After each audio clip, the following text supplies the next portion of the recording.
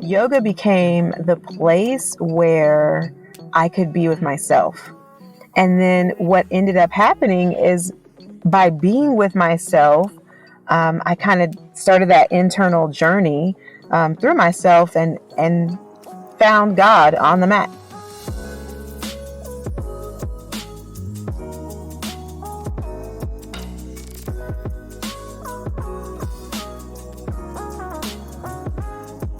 That was Davina Davidson. Hey everyone, Danny Pomploon here. Welcome back to the Yogi Misfit Sessions.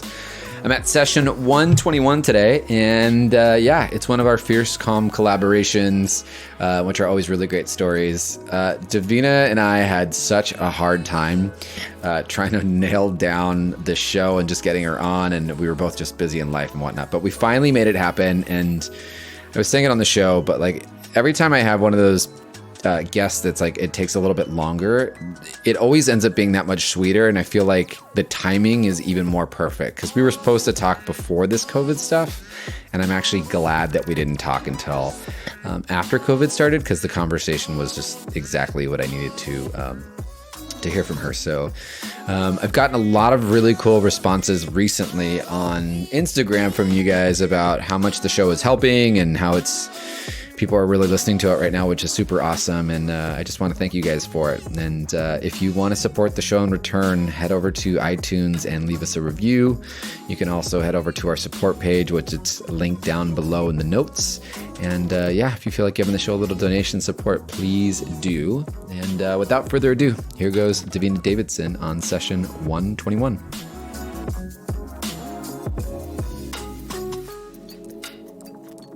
Hey, Davina, welcome to the show. Hello. So I know we were just saying beforehand, there was like scheduling issues and there was internet going wrong, and then now we're finally here. So I'm so glad to have you on the show. How's it going? It's going great. I'm really excited, even though I'm like in this very interesting place in life, right along with everyone else. Yeah. But I'm pretty optimistic. Yeah. How are you? Where in the world are you located? I am in Houston, Texas. Okay, cool. And how are you guys doing? I mean, everywhere is a little bit different. I feel like every day is a little bit different, but how are you guys doing? Are y'all have shelter in place and all that fun stuff going on? We actually just, we're saying like opened back up on the 1st, May 1st. Mm-hmm. Mm-hmm. And in my particular neighborhood, it's pretty chill. Everyone is kind of, staying home still, even though, things are starting to open up. Right. And personally, I mean, I had the recollection, I was just like, wow, I go to the same places over and over. Like creatures of habit, that is for sure. Yes. And how's your family and everyone doing with all of it too? Are you guys all nearby, or has it been, I think about the people that are, one, living alone like myself, because that can be pretty rough. Two, the parents that are, like part of, parenting is like you get a break sometimes when kids are at school, when you're at work or whatever, and they're balancing having to work and do kid work the entire time, and then the third is people that have been separated from their families. For sure. And for me, I have 2 children of my own, and I do this full time. I teach yoga full time. So I kind of work from home normally. And so this has been, I think the most challenging part for them is when because I taught a few live classes, and I was like, I know that my community wants me to be teaching right now. And it's such a burden on my children, and like having to be quiet and not being able to go to the bathroom or go to the kitchen and get snacks and things like that. And so I've kind of went to pre-recorded classes versus doing a whole bunch of live classes, just because I can schedule that around, their sleeping times and things like that. So it's kind of business as normal for me. And then I have a sister actually in LA, and she's an actress, and she's doing all kinds of cool things at home now. And I have a sister in Michigan, and And then my mom is here in Texas as well. So we're actually kind of spread out. But we FaceTime or, do Zoom calls every other day. So it's kind of cool. It's been really interesting to, I mean, maybe I'd love to hear your thoughts on this, but when all this went down, even as yoga teachers, we know a lot of people, like we interact with a lot of people and we see a lot of people in classes. And so our community naturally tends to be, pretty big and spread out. But to see like who are my, what would you call them? Like who are the, when stuff goes down, like who are the people that you lean on and who are the people that like call you, you know what I'm saying? Mm-hmm. Like who's like that core part of your people that's for me has been like, okay, like it was definitely my sister. And then one of my other friends that I talk to really well and often, but like they weren't like at the forefront of my mind. Does that Mm-hmm. make sense? Yeah. And now Yeah. we're like, when we're like every day texting, like, here's the check-in, how you doing? Like, here's the this, how, you know what I'm saying? It's been really cool to really just feel supported, but also know like, oh, these are my people. It's the get out of jail people. That's what I'm calling them. Well, it's funny because I am kind of lucky because I live in a duplex right next door to a fellow yoga teacher, and she's uh, one of my friends. So we have been like doing all the things, and I'm pretty sure our community members are a bit jealous. yeah. Yeah. We work out together. I walk with her and her dog. We sit out on the porch. We sit on the hammock, and yeah. So we're like quarantined together. A quarantine is what I've been calling it. There it is. Yeah. So I mean, I feel like I say this pretty much every time, but I really do mean it. I love doing these partnership episodes with Fierce Calm, just because I sit back and I get so like, I guess low key, no, well, not so low key anymore if I'm putting it out there, but low key, I get so much wisdom out of these recordings and just hearing people's stories. So I'm excited to have you on here, and it goes without saying, just to be able to speak about your story really openly, and just putting it out there for a bunch of random people to hear is it takes a lot. So I want to say thank you for that first, and yeah, I just want to hear. Let's talk about Davina. Let's talk about your story before yoga and what's going on. Yeah. So before yoga, I was actually a school teacher. I taught math and kind of did some grad work in becoming an assistant principal and getting my certification to be in leadership and all that kind of stuff.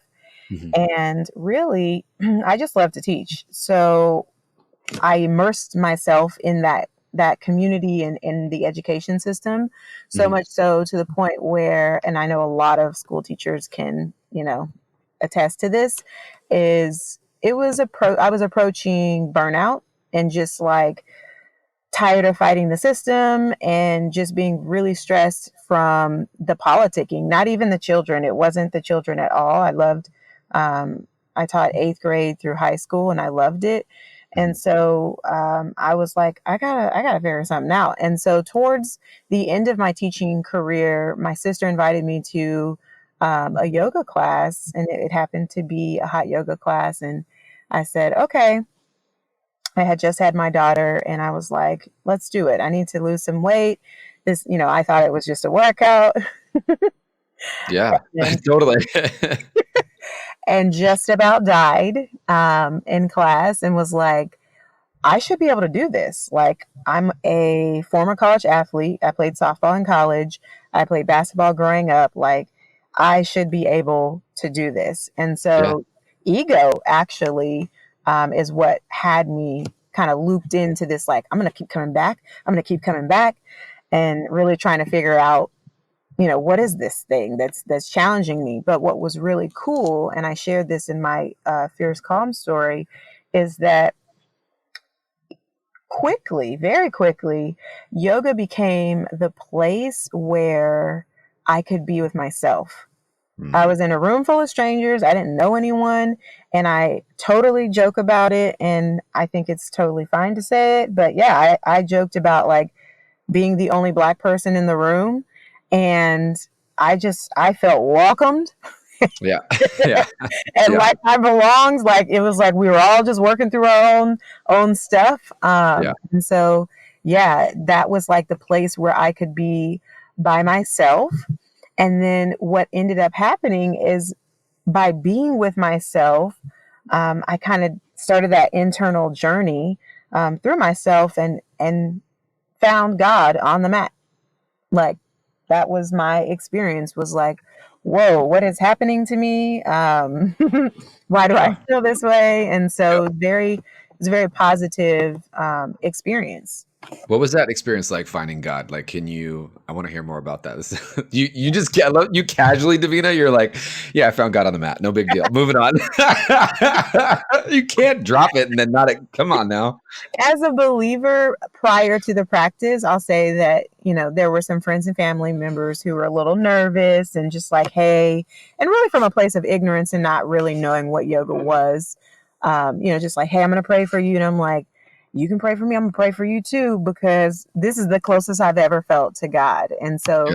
what that would look like is, sitting on I would be the last person to leave the room, just almost feeling like I couldn't move because I was so relaxed, so peaceful, so unbothered, and just like whole and complete.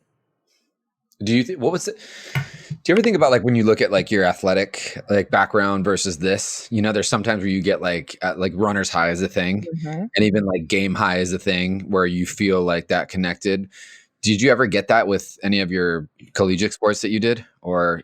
So to me, the difference was that when I would sit after practice, there was no effort. And there was I played softball, so it was like, even basketball, it's like very fiery and very passionate. And there was always some level of effort that I had to put in to get to Mhm, that place.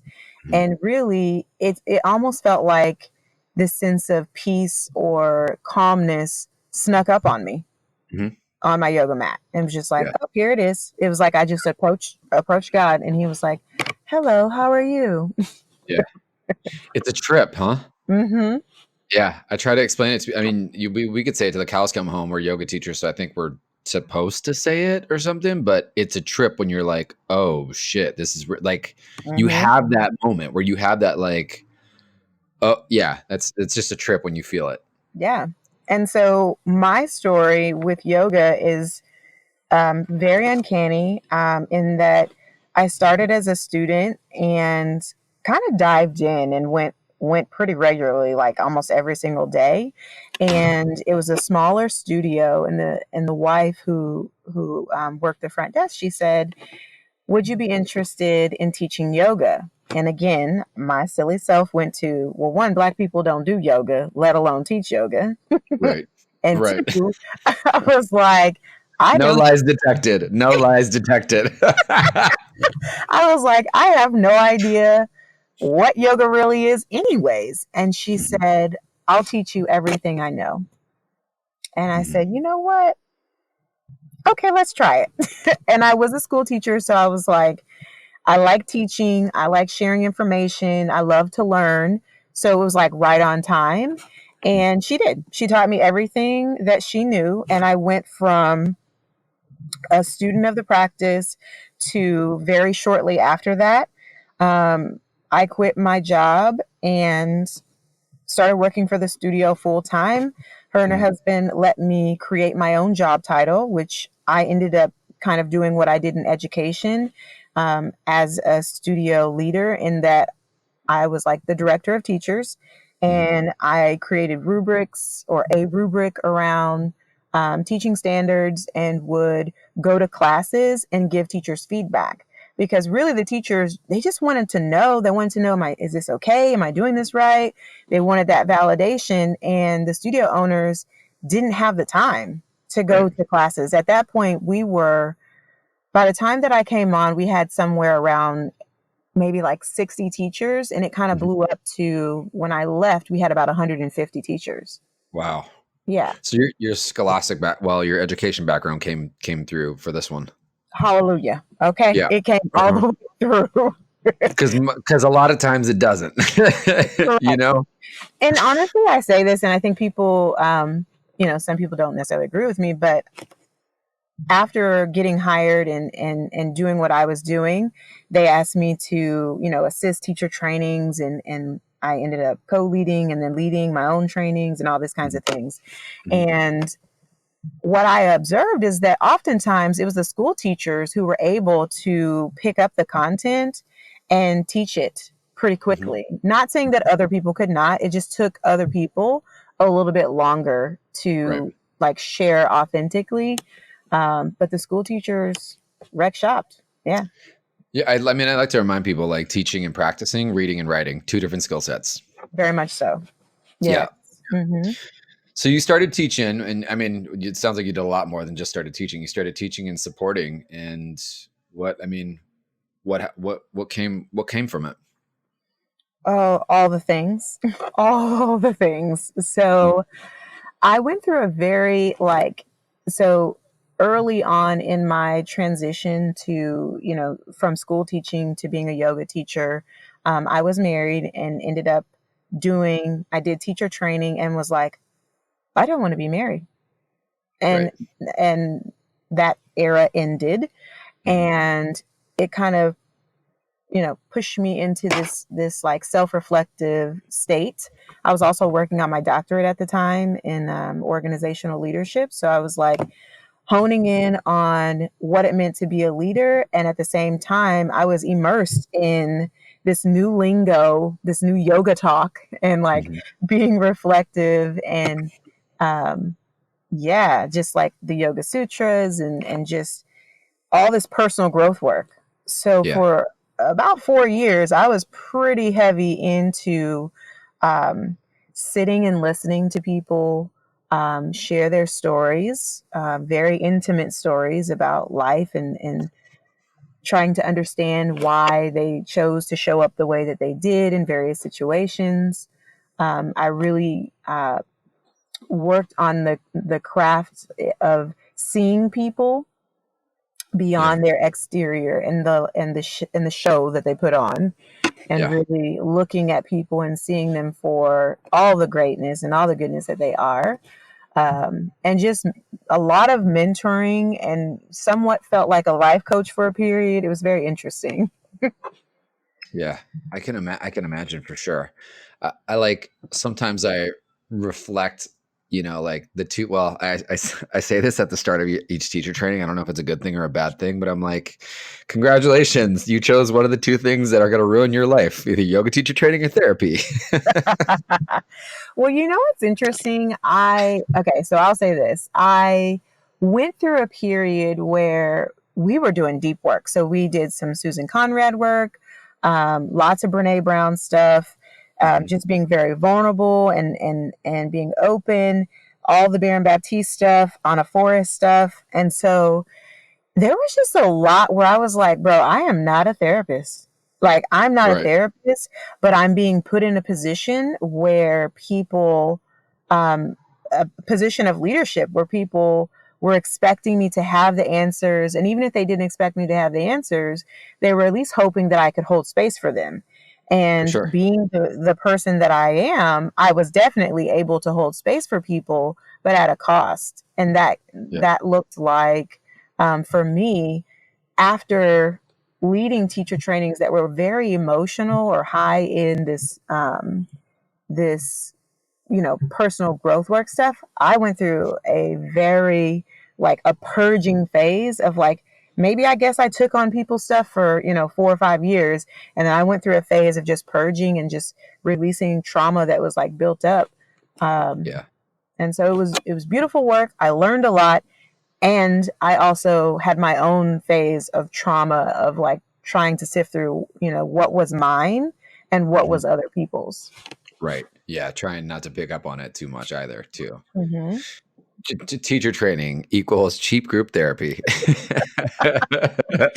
Listen, and so my thoughts were like, is there another way to do this? Like, do we Yeah. have to do all of this? And Right. so when I started leading, I left that company and started doing my own teacher trainings. I actually just shut down all the emotional stuff. I was like, I'm not the one. Like, Yeah. you can go get a therapist. What I'm here to teach you is, some anatomy, Right. some yoga Right. philosophy. Right. If anything, the sutras are the place where it gets a little bit like therapy. Right. Um, Only on their part, not mine. I wouldn't go into it with them, but people were very reflective during the sutra talks. Um, but yeah, I got really honed in on what it was like, what it meant to teach yoga, like the delivery of instruction, and making the practice accessible through modifications and things like that. So Mhm. I kind of shifted into more like practical, like this is what I can do with integrity without a therapy license. Right. Right. And it probably felt more authentic too. Absolutely, because I'm I hate naturally using a teacher. I hate using that word, but it's like case in point scenario. It works here. You know what I mean? Hmm. Yeah. What are you up to now that, so I mean, obviously it had a huge impact in your life in multiple ways. I know you're up to some work with a nonprofit. Yeah. So every year I get a word or a phrase that kind of, helps me kind of sift through what I'm going to do for the year. And so at the end of me working at that company, I started one year, I went out into the Houston yoga community and started kind of looking at other studios and practicing at other places. And I said, oh, okay, this is awesome. So that year the word was connect. And Mhm. then at the end of the year, I was like, whoa, where are the people of color? Like, where are they Yeah. at? Like, Yeah. they're not represented in the room. So then Right. the next year, my word was, or my phrase was, connect with more people of color. And so that's how Melanin Yoga Project was birthed, was to take this practice that I know can be healing without even, going the therapy route, just through self-realization, can be very impactful. I decided to, gather up some teachers that I knew through community and started Melanin Yoga Project. And really, it's about connecting, educating, and inspiring um, people of color on the practices of yoga, on the benefits of yoga, and that's exactly what we do. It's very clear. It's never a blurred line. Like, what are you guys up to? We connect people, we educate people, and we inspire people. That's what we do. Do- Boom. Bye. She's Period. done. Where are you guys taking so where are you guys taking the project? I mean, is it going into different like how do you guys decide where do you start, or is this just an open platform where people come and reach out to you guys? So the way that we operate, we have our different committees. We have a community committee that kind of goes out into the community, into community centers, churches, even like smaller businesses like restaurants who have open spaces and want to do like meditation, that kind of thing. So we do that piece, and we send teachers into shelters to teach, into schools to teach. And then we do host events. So we have a couple of, let's say, 4 or 5 major events a year. And one of them is this educational component, which is our virtual, or it's now virtual, Right. yoga expo. And Right. so I pull from my network and the teachers in our community to offer up classes. These, like, it's just a yoga conference, a mini conference where we get to share about meditation, yoga asana, pranayama. I try to give it a color, like a wide array of things versus people thinking that yoga is just a physical practice. Right. So we kind of do those kinds of events. And then we have an education department. So now I lead my teacher trainings through the nonprofit, 200-hour and 300-hour. Mhm. So the idea is that, in my mind, as a former school teacher, the way this kind of plays out is that we get in schools and we share this practice with kids. Their behavior starts to change, and the parents are like, "Hey, what's going on? What's happening with my child?" And we say, "Oh, we've been doing these mindfulness practices. Would you like to learn?"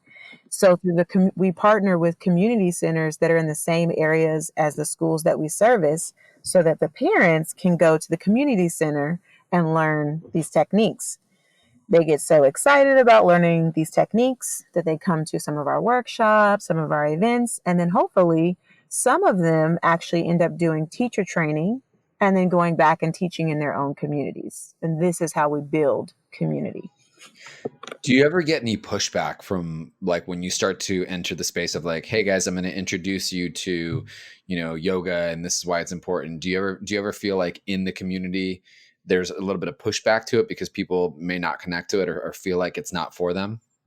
Um, I have not, I would say we have not experienced that heavily. I would say the most that we get resistance around, which is interesting because our first two yoga expos were in a church.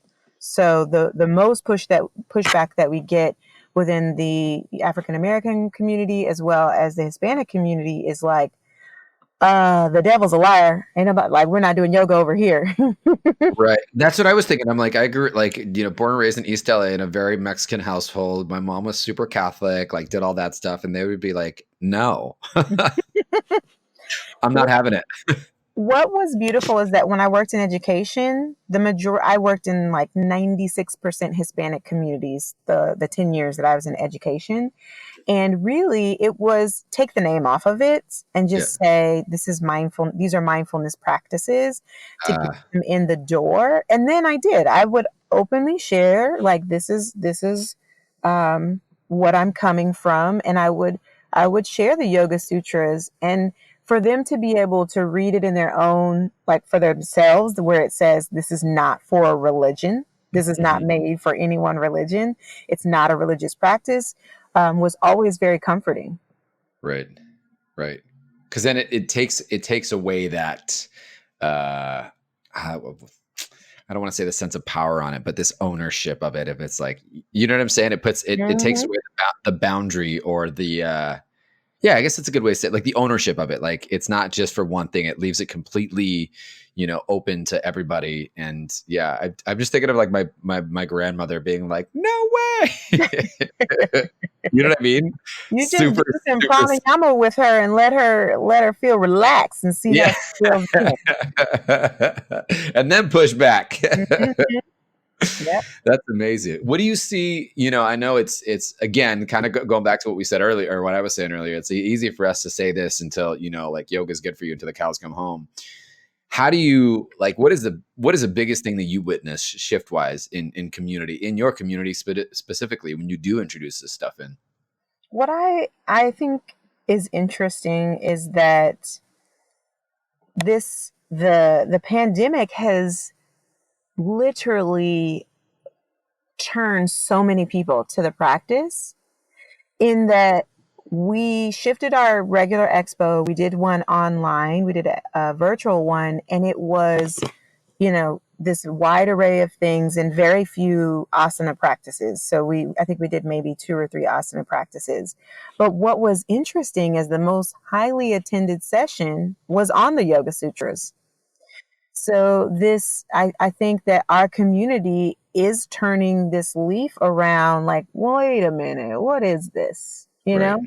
And so I think they're beginning to at least approach it with questions, right? Right. And to be reflective about what they're hearing, instead of just taking it for like law, or like, this is what yoga is. It's more of like they're in a space of listening. They're wanting to listen. And I think that's cool. Yeah. I think there's so much information out there. And I think people are like, especially right now, they're just overwhelmed, with all like literally there's just stuff getting blown up in your face every single second of the day. And I think what people are starving for is wisdom. And I think I believe that is something that the practice gives us for sure, is a ton of wisdom.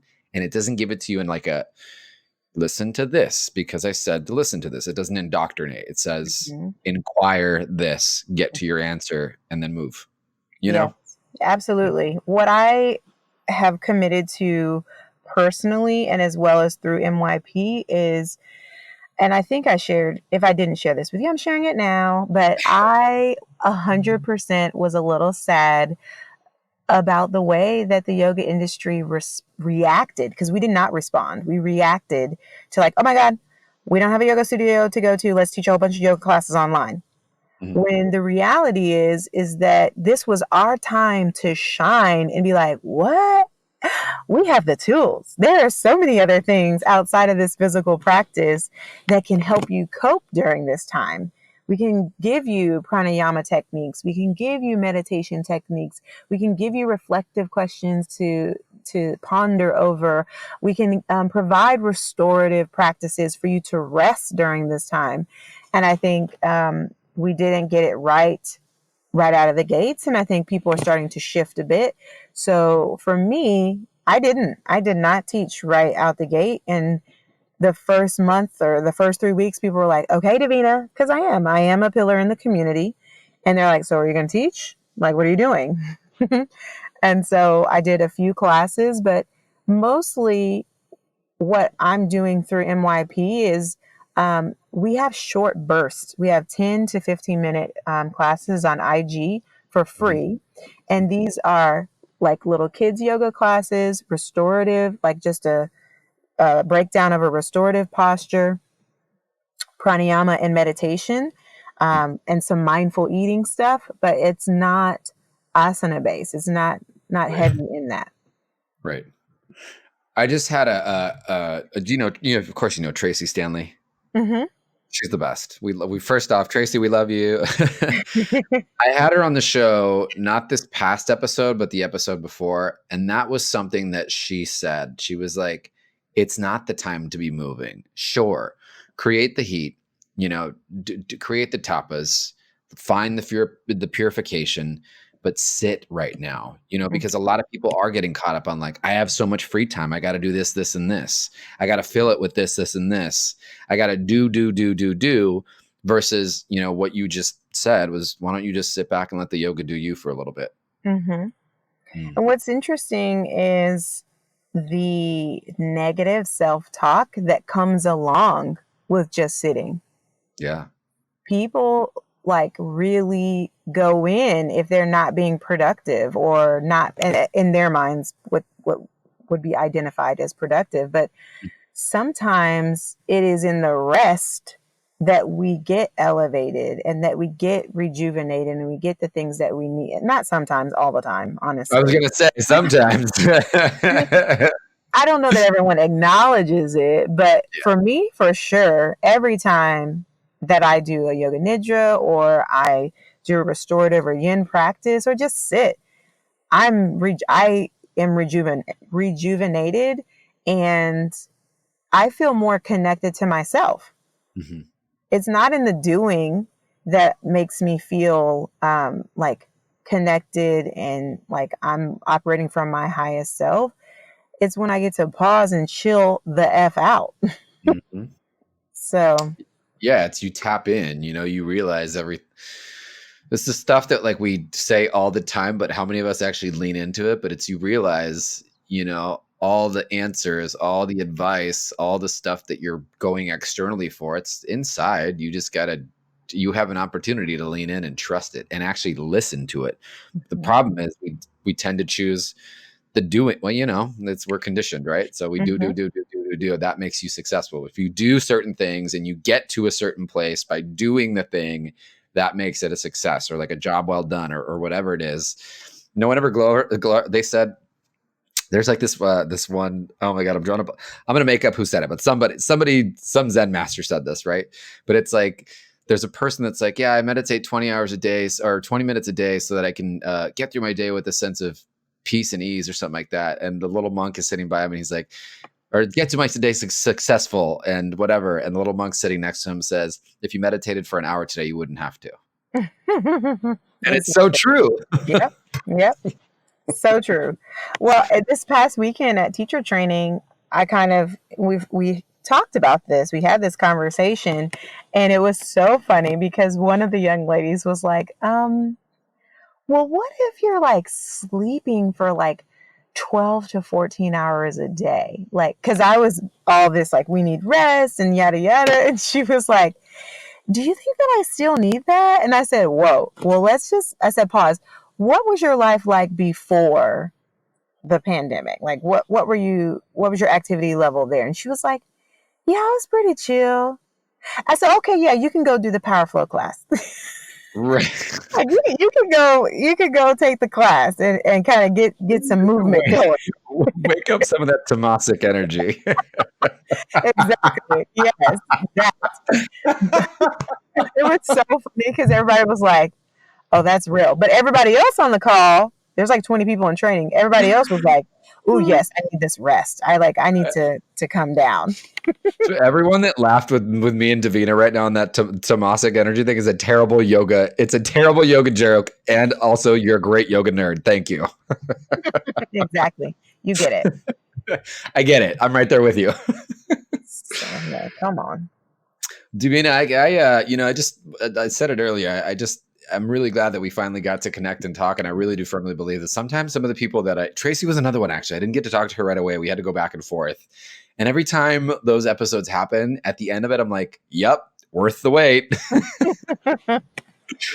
So I can't thank you enough for coming on the show today and just, sharing a little bit about what you're doing, how you're helping out, the African-American community and introducing different yoga elements of yoga. And I love, it brings me like straight up just happiness to hear you say we're not teaching the asana and we're teaching the other elements of it, because it is a toolbox. It's not just a hammer, Yeah. it's a toolbox with a bunch of things that work. Mm-hmm. So I appreciate you, just doing what you're doing and taking the time out today to have this conversation with me. Thank you. Absolutely. Thank you for having me. And I'm hopeful that this won't be the last time that we connect. No, definitely not. This is just the beginning for sure.